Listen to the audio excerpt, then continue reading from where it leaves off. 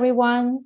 I hope you all have had a great week, and I welcome all of you to our weekly Communities of Practice Sunday check-in session, a half hour of Dharma, reflection, and community connections. If you are a new member of our community, please accept our wholehearted welcome to you. If you have any questions regarding our practices and topics, we are all here to help. So it is customary for people in Australia to begin any meetings by acknowledging the traditional owners of our land. I would like to start today by acknowledging the Darwo people as the traditional owners of the land on which Nantian Institute resides. I also acknowledge the traditional custodians of the various lands on which you all are, and I pay my respect to the elders in the past, present, and emerging. The check-in sessions have been developed by our Communities of Practice team and the entire community. The purpose of this session is to develop a reflective practice in response to changes. Guided by humanistic Buddhism, we would like to cultivate our practices and to build memorable friendships. Last week, led by Dr. Priscilla Wong, we reflected on the theme of altruism. Today, Joy will share with us the topic of seeing Tathagata. Let's welcome Joy. Thanks, Xiaomeng, and thanks, everyone. Good morning, good afternoon, good evening to everyone. Let's start off with our usual mindful check-in and get ourselves more aware of our present moment. With some deep breathing and a couple of minutes of breathing meditation, we attempt to get ourselves ready for the check-in. With the first 2 deep breaths in and out, let's relax every part of our body, from head to toe.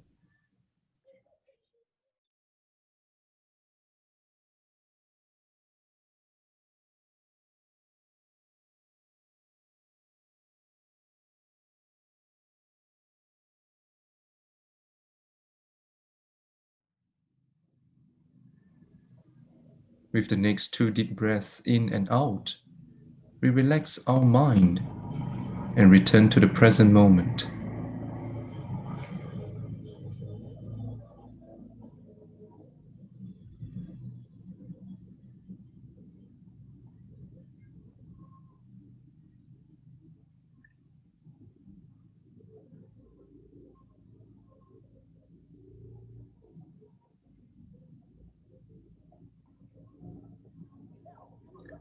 And with the final 2 deep breaths in and out, we turn our focus to our breathing.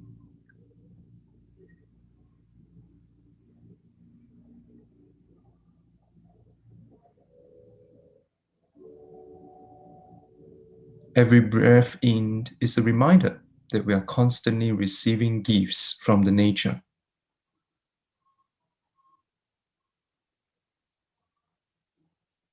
And every breath out is a reminder that we should too be constantly ready to give back to the nature and all beings.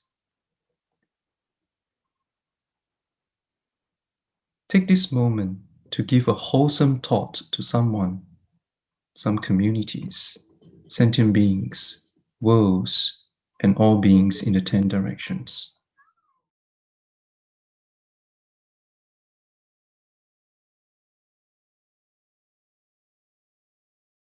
This giving of wholesome thoughts is free, doesn't cost us anything, but yet is powerful in shaping our mental perspective of us and all.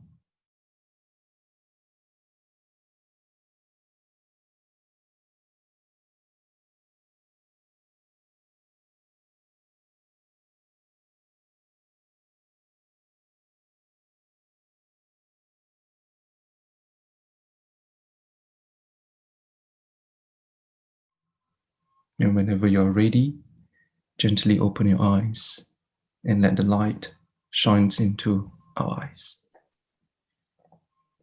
So Priscilla last week has guided us through a session on the diamond of giving, specifically in embracing giving without abiding in anything. This week, we explore this quote. It highlights to me the greatest gift that we can give ourselves and the sentient beings, seeing or realizing Tathagata. Let's read together. The Buddha said to Subhuti, all forms are illusory. If you see that all forms are not forms, then you see the Tathagata. Before we look at how in this quote, that is seeing forms as not forms, we got to be convinced on the importance of the goal in this quote, which is why do we want to see that or realize the Tathagata. Tathagata means one who has thus gone, one who has thus come, one of the common 10 descriptors used in describing the Buddha. In this explanation, the key word to me is thus, and thus means as a result or consequence of this. So with certain causes and conditions, Tathagata comes. With certain causes and conditions, Tathagata goes. But at the same time, Tathagata also neither comes nor goes. This tells us that one who is no longer attached to the process of coming and going, but yet embraces the process. No longer attached denotes wisdom, embracing the process of coming and going for all sentient beings denotes compassion. These are one and not two. So the goal of seeing the Tathagata is in fact realizing the Tathagata. Realizing is to speak, think, and act in thusness and suchness. Such a goal not just releases us from dukkha, it helps us to continue the mission of guiding sentient beings to see Tathagata. So now to the how, which is to see all forms are illusory and are not forms. In fact, the word form here is meant to represent all aspects of perceptions. And we know that in the Buddha's teachings, form is one of the 5 skandhas. So seeing all forms are illusory also requires us to see all these 5 skandhas and their objects as illusory. This is the part where people start to think that Buddhists might be nihilistic. I think not.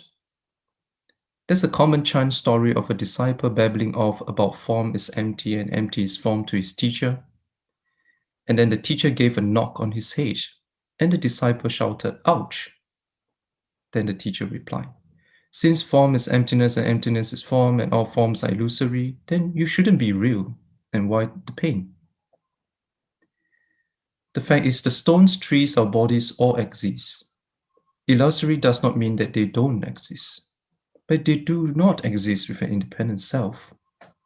They're compounded, assembled, cycle through formation, sustaining, destruction, and possibly a period of nothingness.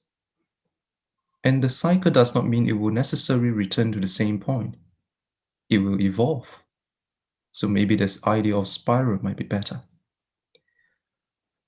While all this phenomenon is happening, the question is how do we perceive them? Is our perception fixated at a particular point and holding that point? Or is our perception broadened to a point where we ignore everything? What state is our perception right now? So when Buddha advised us not to see forms as not forms, he's encouraging us to reflect within us, not to denounce that forms are not existent. He's encouraging us to check our perception, whether is it tainting our seeing of reality. When our seeing is no longer being tainted, then we see Tathagata. When we see Tathagata, we think, speak, and act in thusness. Dukkha no longer exists in our perception, while rise and fall continues in the phenomenal world. And when dukkha no longer exists in our perception, our bodhisattva mission becomes infinite and boundless. Our giving becomes infinite and boundless, and we become infinitely enlightened. When I saw my 2 girls arrive in this world, the moment they are in my arms, a thought arises in me. I have only 20 years with you, and thereafter the world is yours. What I can help them most is this 20 years, and what I can learn from them closely will be also these 20 years. And 20 is arbitrary. It might be a few years, I don't know. While I sounded pessimistic, it hurried me not to waste time. At times in my meditation, I ponder what I should do when my mom passed away.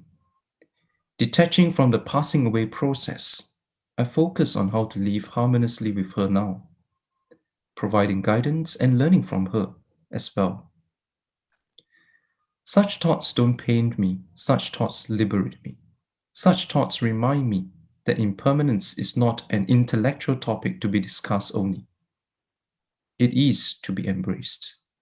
It is to be ceased for wisdom and compassion, to be let go for wisdom and compassion too. Dissolving dualities means within us, not dissolving the dualities in the external phenomena, which will always present dualities. But the question is whether our hearts are hooked to these dualities or our hearts are no longer hooked to them. So over to you. How are forms illusory? How forms are not forms? When must we see Tathagata? And how can we apply these into our daily life to guide us in realizing Tathagata? Welcome back, everyone. I just give a quick summary of what my group has talked about. We have talked about the science of seeing. We talk about experience of identical twins, but end up not twins, not twins as in perception. We talk about graveyards, looking at graveyards while before doing grocery shopping, and feeling that where do we go after that? We talk about experience of parents sharing teenagers. How do we deal with no from them, and how that no in the form of sound translate into a swirl of perceptions in the brain of anger, of how do we deal with that? And coincidentally, Niran Po has a very interesting backdrop of morning dew on the plant. And that, if those who have read Diamond Sutra, is really the last chapter. I don't know, it's interesting. Feel free to just continue to dump your thoughts in the chat. I'm looking more forward also to the informal conversation. And yes, back to Xiao Meng to guide us through the dedication of merits. Okay, thank you, Joy. We really hope the check-in session was helpful to you, and we hope you experience the unconditional love and compassion for this of this community. But for anyone who might be experiencing a greater need than what today could meet, please don't hesitate to get in touch with us, and you can also reach out to the professional organizations on the screen.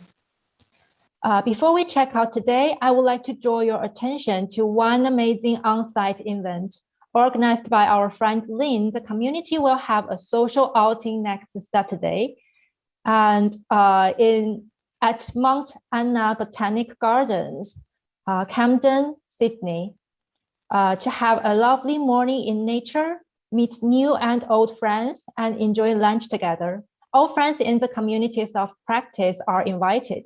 So friends who wish to come, please follow the link and fill in the form by today and let us know your lunch preference so we can do some planning. We look forward to seeing you. As we check out today, let's recite the dedication of merit together to send love and compassion to whoever in need.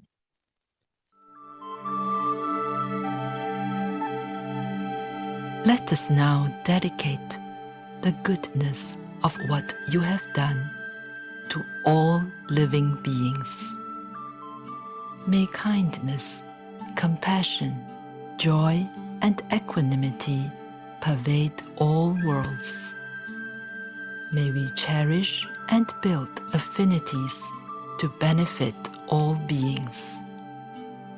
May Chan, Pure Land, and precepts inspire equality and patience. May our gratitude and humility give rise to great vows.